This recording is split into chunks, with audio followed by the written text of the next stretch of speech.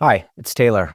We're off for the holidays, but we wanted to bring you an episode of the Globe's daily news show, The Decibel, to tide you over. A few weeks ago, the Globe published an investigation into a listeria outbreak that left 3 people dead. When 2 reporters looked into what happened, they discovered that the facility in question hadn't been inspected for listeria in years. They also learned that in 2019, the Canadian Food Inspection Agency started using an algorithm to guide their inspections. And that algorithm missed the outbreak. We have lots of conversations coming up in the new year that I'm really excited about. And I think it's worth keeping stories like this one in mind when you listen to the show. Stories about the impacts of AI that are no longer theoretical and are often in places one doesn't expect. We'll be back with new episodes of Machines Like Us on January 14th. In the meantime, here's The Decibel. Muriel Sampson was a 76-year-old grandmother living in Toronto. She was someone who had been diagnosed with cancer recently and had adopted a healthy lifestyle and was really, changing her eating habits and everything to live a healthier life. And she had really taken a turn for the better. That's Globe investigative reporter Grant Robertson. She had more energy than ever. Her family was amazed at how well she was doing. And in June of this year, she suddenly took a turn for the worse. And within a week, her health deteriorated. She was in the hospital. Suddenly, she's in intensive care. And days later, she's on life support and passes away.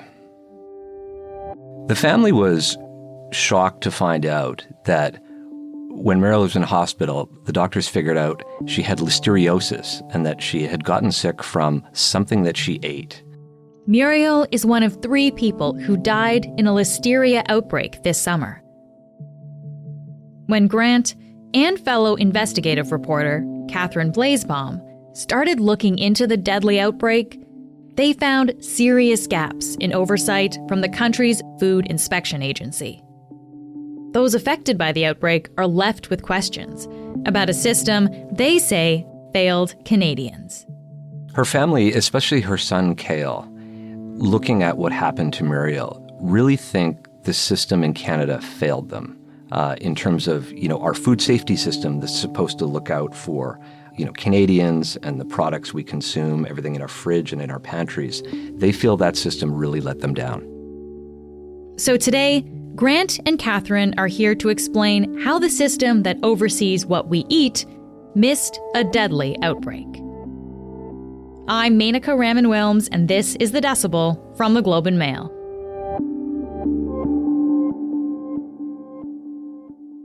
Grant, Catherine, thank you so much for being here. Thank you. Thanks for having us. So, Catherine, let's start here. Can you tell us about this listeria outbreak and how serious was it? Serious. We can confidently say that this is one of the country's most serious and prolonged listeria outbreaks on record involving Canadian products. So what that looks like in terms of official numbers is 20 people who were sickened and 3 people who died. We know that there were 15 hospitalizations. We also know that the true numbers are higher. Not all of those who became ill were actually counted. We also know that the official numbers don't include miscarried pregnancies. So it's safe to say that many more people were affected. And in terms of what products were involved in the outbreak, the problem was linked by federal public health authorities to a brand of plant-based milk sold under the name Silk. And that prompted a recall on July 8th of almond milk, coconut milk, and other varieties that were produced on the same production line at a facility in Pickering and sold under the Silk and Great Value brands. Common products, things that you see all the time, things that are often found in people's fridges. Yeah.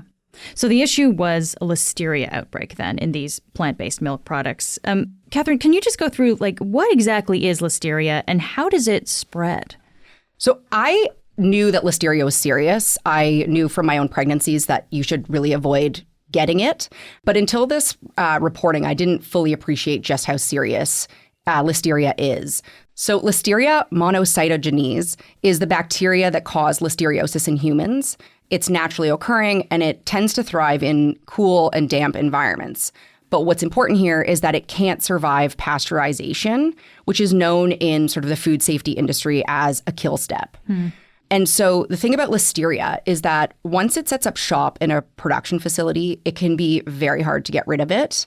And once it gets into a product, it can grow extremely fast and rise to the level of a dangerous dose. And if it is consumed by a human, it can have pretty grave consequences. Just to be clear, there is a spectrum of illness here. And so, yes, there are instances where people may be able to manage the illness at home, but it is a dangerous bacteria, specifically for the elderly, for children, and those who are pregnant or have immune deficiencies. And we know that it can cause serious blood infections, meningitis, miscarriages, and death. If caught in time, it can be treated with antibiotics, typically administered through IV. Okay. So it sounds like, though, a real range of things, though, if it is left untreated, it can be very serious for a lot of people. That's correct. And I think the range also is part of why so many cases end up underreported and underrecorded. Because of that range. So if you're able to manage it at home, you're not presenting at a hospital, you're not being tested for it, and public health authorities aren't alerted to the cases. Okay. Grant, I want to turn to you here. We talked a little bit about what these tainted products were. What do we know, though, about where they originated from? So immediately after people start showing up in emergency rooms in various places in Canada, public health officials start trying to cross-reference everything that they've eaten, which is sort of how you do it, and trying to figure out if there's a product that this is linked to. And eventually they link it to the plant-based milks through people's grocery receipts, through product people had in their fridge still that they were able to test, things like that. And they determined that it was a product made at a plant in Pickering that was operated by a company named Juriki. And Juriki was contracted to make the plant-based milk for Danone Canada, which is a subsidiary of the French dairy giant Danone, which makes the Silk brand. So they trace it back to that one plant and a production line at that plant. They have not been able to determine the exact source of where the listeria came from. What we know is that, like regular milk, plant-based milks are subject to pasteurization. So that would take out any pathogens after it's made before packaging. So most likely, the contamination in this case would have occurred between the pasteurization step and before the cartons were sealed up.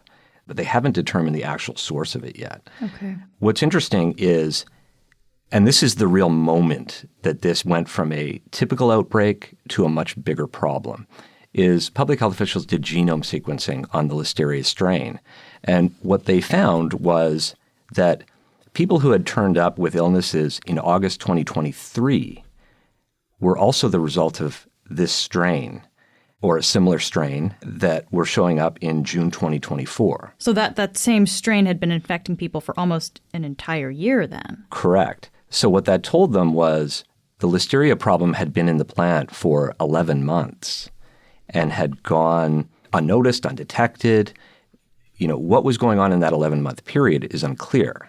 So can I ask, though, if this outbreak was going on for 11 months, were people getting sick from this the entire time? Well, it's difficult because, as Catherine said, this is an underreported type of condition. So people might get sick, but they may not think it's listeriosis. They might think they just have a really bad flu or a gastro problem. They maybe not be going to hospital. So what they know is that there were cases in August 2023 and September 2023 that were the same strain as the ones that started emerging in much greater numbers in June 2024. And so we started asking questions about that. And I think over the course of this investigation, we asked, more than 90 questions of the CFIA about this outbreak. And as we started asking more questions, the answers started to get more and more concerning. Catherine, maybe this is for you, some of the individuals that you talked to over the course of this investigation. Do we know, were people impacted by this outbreak over the course of that year? So one of the most challenging and emotionally difficult interviews I've actually done in my career was for this story. I interviewed a woman named Sania Jabin, and she's a 32-year-old PhD student at the University of Toronto. And she became violently ill in December of last year, so just about a year ago this month. And at the time, she was 18 weeks pregnant with her first child, due to be a baby boy. And she had been, nauseous during her first trimester and tired and, having all of the weird and wonderful pregnancy symptoms, and sort of chalked it up to that. But said she forced down smoothies made with silk oat milk because she was determined to make sure the baby was getting enough nutrients. Her symptoms escalated and really took a turn. She started getting intense headaches and vomiting, and she ended up in the hospital. And initially at the ER, she was told, probably a pregnancy complication. Baby looked fine on ultrasound. But the next day she was hit with intense stomach pains. And her worst nightmare came true that day. Alone in her bathroom, she went into preterm labor and delivered the baby. And she remembers and described to me quite vividly that experience and, just how tiny and fully formed her baby boy's lifeless body was at the time. And so as it turned out, she did herself test positive for listeriosis. So did the placenta, the amniotic fluid, and the fetus. And it wasn't until July of this year, more than 7 months later, that she became aware of the recall of the milk she was drinking. And so she was contacted by public health officials after she was diagnosed, but she doesn't know if she was included in the outbreak statistics. And one thing that I think will stay with me as the reporter on this is the reality that her husband, Hassan, dug the grave for the child that they lost. And they got a death certificate from their mosque, which shows that they named him Walid, which is Arabic for newborn. Wow. So that's a really heartbreaking example of how this can affect someone so seriously. I know you also spoke to another man named Tyler in his 20s. Can you tell me about his story? Yeah, this story was quite significant because, we often think of this as, the risk is for, the elderly, the immunocompromised, and as Catherine mentioned, for pregnant mothers. But we spoke with Tyler McMahon, a 27-year-old healthy guy, who, worked out, several times a week. He says he was putting the almond milk in his protein shakes, and he got seriously ill within a matter of days and ended up in hospital. It escalated from what he thought were flu-like symptoms to, basically being put on life support, and was on intense antibiotic treatment and antifungals and everything. They couldn't figure out what it was, and was basically in hospital getting these treatments for 2 months. And when he finally came to, he had lost the use of his arms and his legs, and he was essentially had a form of paralysis. Wow.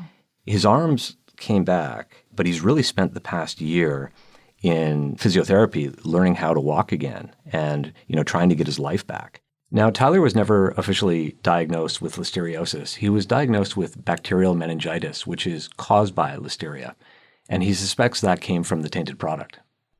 Okay, so I think the big question here is then, if this outbreak was going on for nearly a year and people were getting sick, why wasn't this listeria outbreak caught earlier?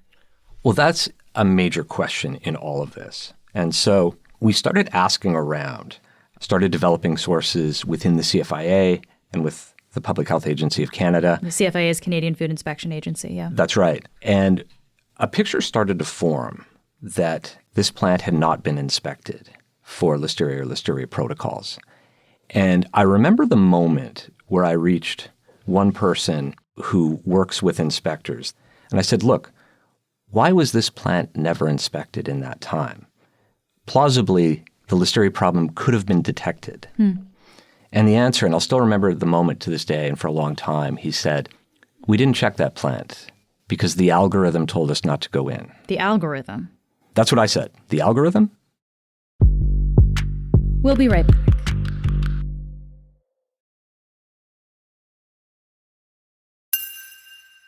So why is the CFIA relying on a system, I guess, that relies on an algorithm? So then the investigation took a turn, towards what is this algorithm, how does it work, and what's it doing, essentially? What's it deciding?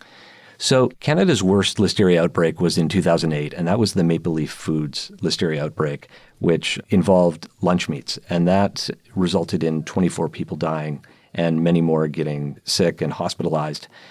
And that situation really led to the system we have now, because after Maple Leaf Foods, there was an examination of the food safety system. And one of the problems they had identified was a lack of inspector resources and an inability to spend enough time examining that plant, which was a meat plant. And so what they decided was over the next several years, they would go to a system where calculations would be done on which plants were the most riskiest and divert attention towards those plants. And that's what the algorithm is.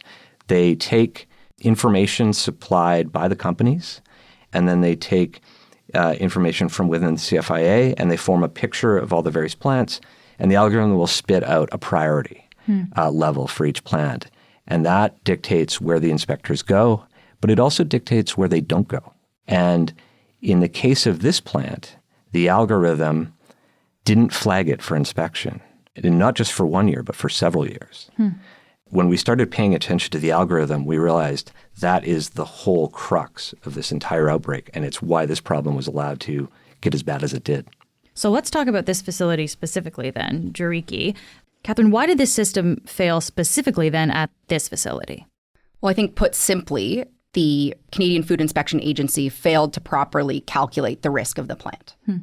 And as a result, as Grant said, it didn't flag the plant for inspection. And what that means, practically speaking, is in the course of our reporting, I know Grant and I can remember going back and forth with the CFIA over the course of a few months. Initially, we wanted to know how many times has it been in the plant to look for listeria control practices and to test for listeria. In the 11-month outbreak window, we were told not at all. And then we thought, okay, well, when was the last time you were in the plant to look for listeria and check on listeria protocols? And on that one, they said, well, they had been in the plant as far back as 2019, but that was actually on an unrelated matter that had to do with consumer complaints related to possible mold. So that didn't involve checking for listeria either. And then we went back and we were like, okay, well, when was the last time you were in there to check for listeria and check on their listeria protocols? And they came back and basically said, we don't have a date for you. Wow. And the implication of that is a very long time ago or never. What we were hearing from current and former inspectors is that inspectors were sort of no longer using their intuition to guide their work. Instead, they were relying on an algorithm that, in this case, they agreed missed some crucial red flags. So just very quickly running through them. One is so much of the information that gets inputted into the algorithm is provided by companies themselves. And what we found, first through sources and later confirmed by the CFIA, was that the company hadn't updated a questionnaire that sort of feeds into the algorithm. So they weren't accurately reflecting the volumes of the product being produced at the facility based on some new categories that the CFIA had introduced. When we asked Juriki about inaccurate information on the questionnaire, the company said, quote, "We are not aware of this." So the system is relying on the company to self-report this information, but the company wasn't doing it, and it seemed like nobody noticed that then, really. 12 of the 16 inputs into the algorithm are company supplied. Another issue is just related to consumer complaints. Now, complaints falls into the bucket that the CFIA is supposed to be monitoring for. Those are among the 4 things that the CFIA inputs into the algorithm. That's our understanding. And we know that despite the fact that there were consumer complaints related to possible mold at the plant, those concerns weren't enough to kick the plant up the priority list high enough to actually see an inspector. And a third key point, I think, it was easy to sort of get caught up in this being a story about plant-based milks. What's wrong with plant-based milks? We thought plant-based milk should be fine. And it turns out that the government misjudged the risk of plant-based milks too. And so our reporting showed that the CFIA's position on the product is not only contradictory, but when it comes to prioritizing plants that make plant-based milks, it was wrong. So the upshot is the algorithm appears to have minimized the risk of the product itself. And so I guess all of this being said, specifically when you're looking at that facility, what did those who run the Juriki facility, what did they say in response to your reporting here? So Juriki, which is the third-party manufacturer that was producing the plant-based milks at its Pickering facility, disputes the CFIA's assertions entirely, specifically that it had not been conducting any testing for listeria in finished products or on any food contact surfaces. In a statement to the Globe, the company said it had a monitoring program for listeria in place, which included swabbing the production line and conducting finished product testing. And it specifically asserted that its program, quote, exceeds CFIA requirements. We asked them to see, details of that testing, what dates did you do the tests and what did those tests find? And the company did not share that information with us. They also made the point in their statement to us that the CFIA never raised any concerns about its program prior to the outbreak and said that it has only seen government data on one of the outbreak cases. So I know your investigation really did focus on the situation at this facility, but also looked broadly to at how this system then is working. So Grant, if we look at this kind of on a big picture level, all these things that you're talking about, this system that's based around this algorithm, is this working, I guess, the way that it is supposed to? I think the evidence shows the algorithm-based system is not working anywhere close to how it was intended to work, because you have plants falling through the system that clearly need to be checked and aren't being checked.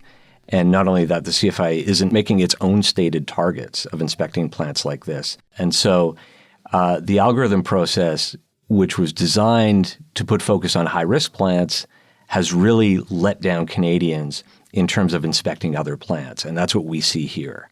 So if we look at the system as a whole and the number of plants that are operating, do we have a sense of how many are getting inspected? How many are supplying this information? Do we know? There's about 8,000 federally licensed food production facilities in Canada. And a number that really surprised us that the CFIA has told us is that there are 1,443 of those that at this point don't even have a formal ranking for risk because they haven't submitted their information to the agency that would be plugged into the algorithm. And so what the CFIA told us is that they've been given essentially a default rating of priority 6. What that means is there's a 7-level system that they use. So priority 6 is the second lowest risk rating. So they haven't supplied the information, so they're being ranked low, so they're probably not really going to be inspected very frequently. Absolutely. And what it also means is that there's 1,443 plants that haven't been checked yet that are operating, and they've been given this default low priority rating because they haven't submitted their information, which shows you a real weakness in this system. It's companies self-reporting, and the information may or may not be validated a lot of times, inspectors tell us, and in this case may not even be supplied. And so potentially the upshot of that is you've got other plants falling through the system.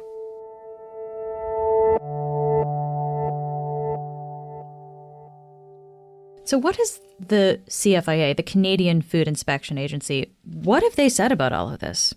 So publicly, the Canadian Food Inspection Agency has issued a statement that dates back to the end of October, expressing their sympathies to the families and also stating that they had concluded their food safety investigation related to the contaminated products at the Pickering facility.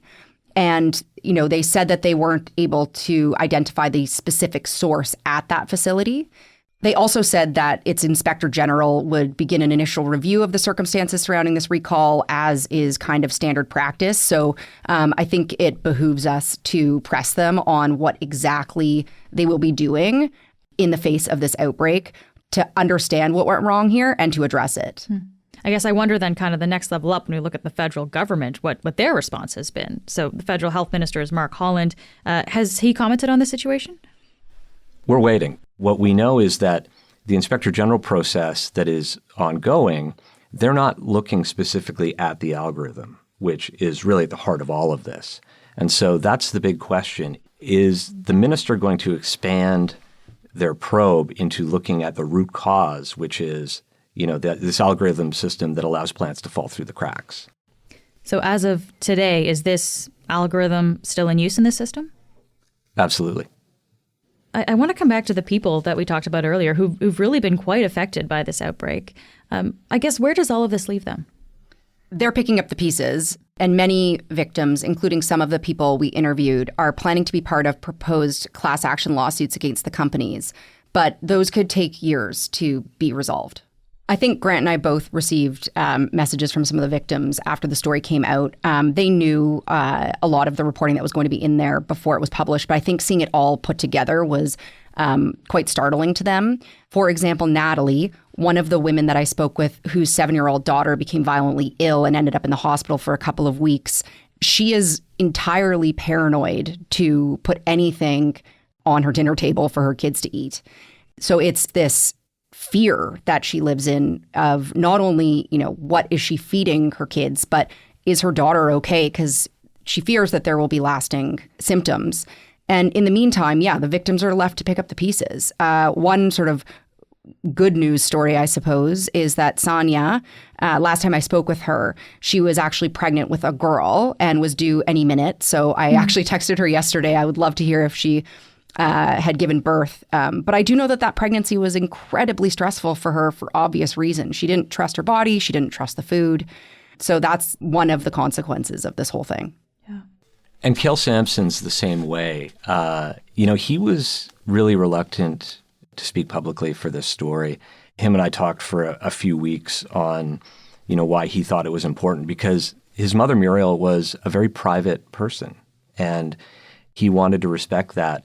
But he also knew she was somebody who, believed in her convictions, and he didn't think she should have died this way.